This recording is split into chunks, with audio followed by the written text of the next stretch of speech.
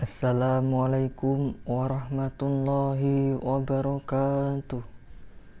Alhamdulillahi rabbil alamin. Wabihi nasta'in. Wa ala umuri dunya wadin. Wassalatu wassalamu ala asrafil anbiya'i wal mursalin. Sayyidina wa maulana Muhammadin. Wa ala alihi wa sahbihi ajma'in. Amma ba'du. Jamaah muslim muslimat rahimakumullah. Tiada kata seindah zikir dan tiada anugerah selain karunia Allah Subhanahu wa taala. Mampukah kita senantiasa bermujahadah, bersungguh-sungguh melaksanakan amal kebajikan dan senantiasa melaksanakan niat? Maka sudah sepatutnya kita senantiasa memuji Allah Subhanahu wa taala dengan setinggi-tingginya pujian, dengan seindah-indahnya lantunan, karena hanya dengan pertolongan dari Allah Subhanahu wa taala maka kita akan bisa melaksanakan segala perintahnya dan menjauhi segala larangannya. Sholawat beserta salam semoga senantiasa tercurahkan kepada Nabi akhir zaman, yaitu Nabi kita Nabi Muhammad Sallallahu Alaihi Wasallam. Semoga kita mendapat syafaat oleh beliau kelak di yaumul qiyamah biqaulina Allahumma sholli ala Sayyidina Muhammad. Jamaah kaum muslimin yang dirahmati Allah Subhanahu wa taala. Di abad modern ini sungguh dunia telah digemparkan oleh salah satu musibah. Musibah yang tidak biasa, yaitu berbentuk wabah. Wabah yang mampu menjangkiti setiap manusia dengan sangat cepat dan mudah.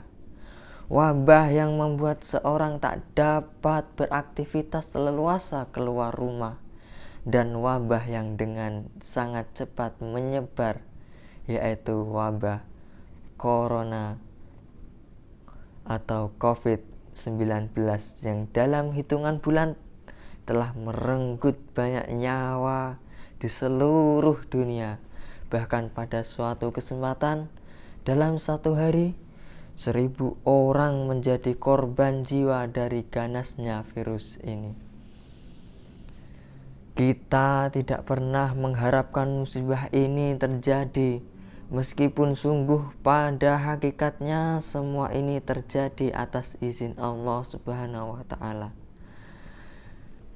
Seperjalanan sejarah Islam, wabah memang pernah terjadi dan Rasul pun telah menyabdakan keterangan tentang hal ini.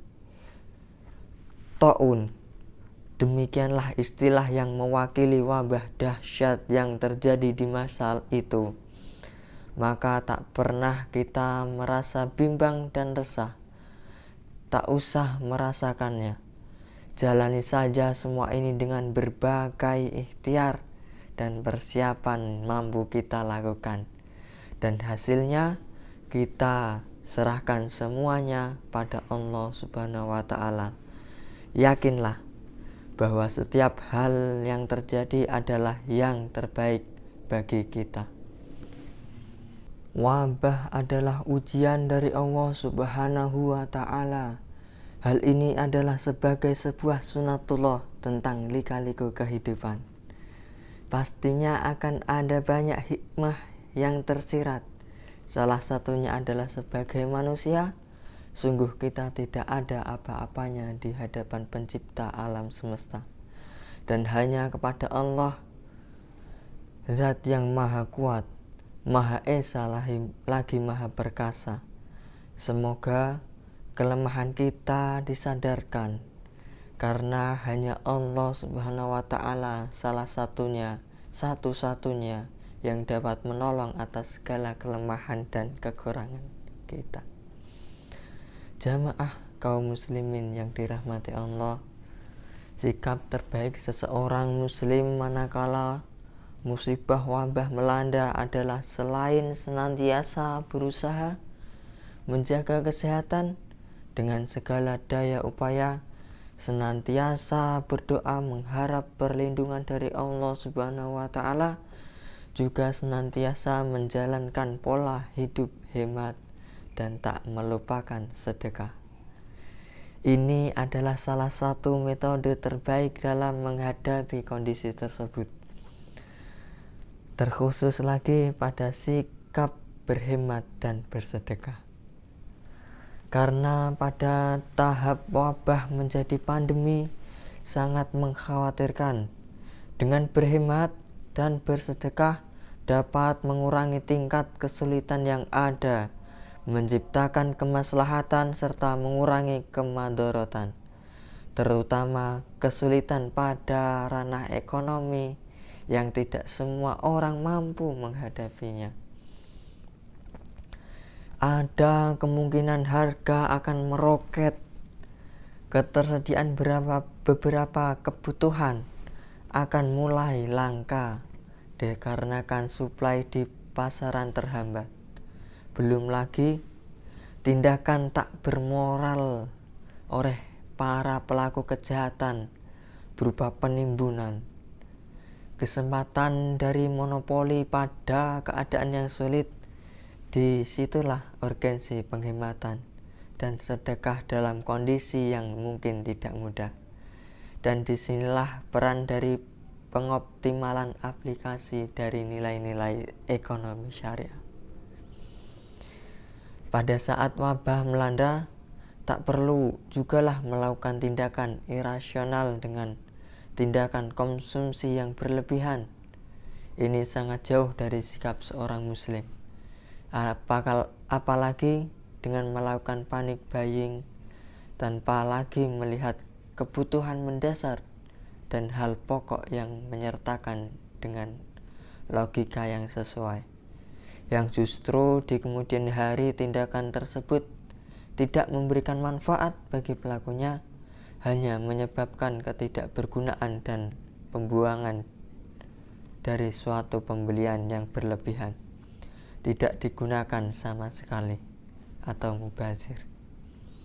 Allah senantiasa mengecam sikap berlebihan seperti itu, seperti berlebihan dalam mengumpulkan sesuatu yang berpotensi menimbulkan kemubaziran, seperti Bani Israel yang melebihkan dan penimbunan hingga makanan pun menjadi tak layak untuk dimakan.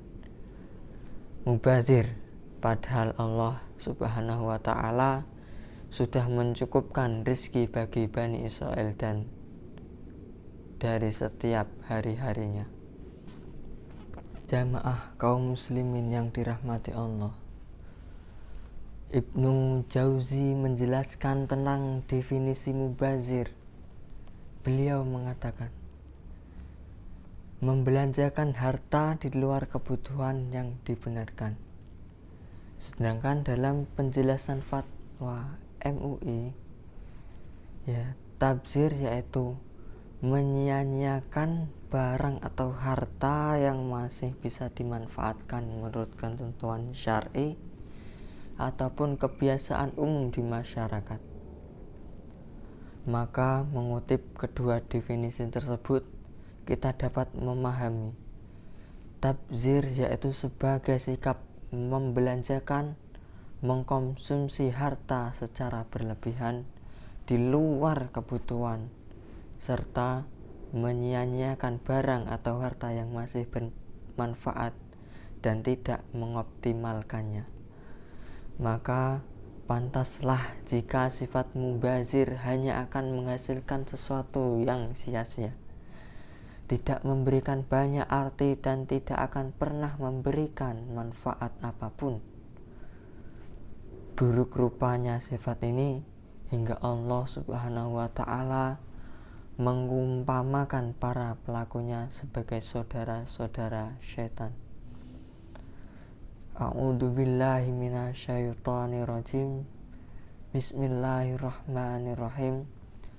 Innal mubadzirina kanu ikhwanas syayatin wa kana syaitanu li rabbihi kafura. Sesungguhnya pemboros-pemboros itu adalah saudara-saudara syaitan, dan syaitan itu adalah sangat ingkar kepada Tuhannya. Quran Surat Al-Isra ayat 27. Inilah mengapa sikap hemat sangat dianjurkan, karena hemat berkebalikan dengan sifat mubazir. Dalam kaidah fikih, kita menyebutnya dengan istilah mafhum mukhalafah atau pemahaman terbalik. Jika sifat tabzir dilarang, maka mafhum mukhalafahnya dari hal tersebut adalah sifat berhemat yang sangat dianjurkan.